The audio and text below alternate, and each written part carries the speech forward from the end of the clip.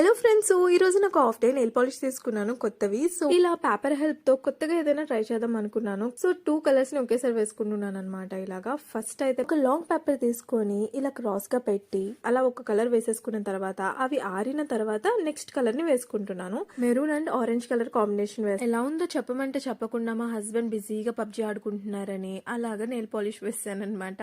తీసేటప్పుడు ఎన్ని తిప్పలు పడ్డారో. సో నెక్స్ట్ లేయర్ కి మనం నార్మల్ గానే వేసుకోవాలన్నమాట. ఇలాగా మనకు తెలిసింది కదా, ఒక లైన్ అనేది లిమిట్ ఉండేది. ఆ లిమిట్ని అలా బేస్ చేసుకుని వేసేసుకోవడమే.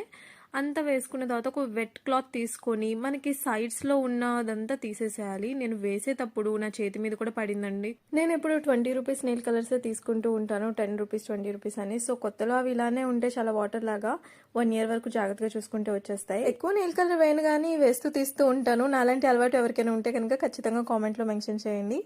ఇంకా మా ఛానల్ నచ్చితే తప్పకుండా సబ్స్క్రైబ్ చేసుకోండి. బాయ్.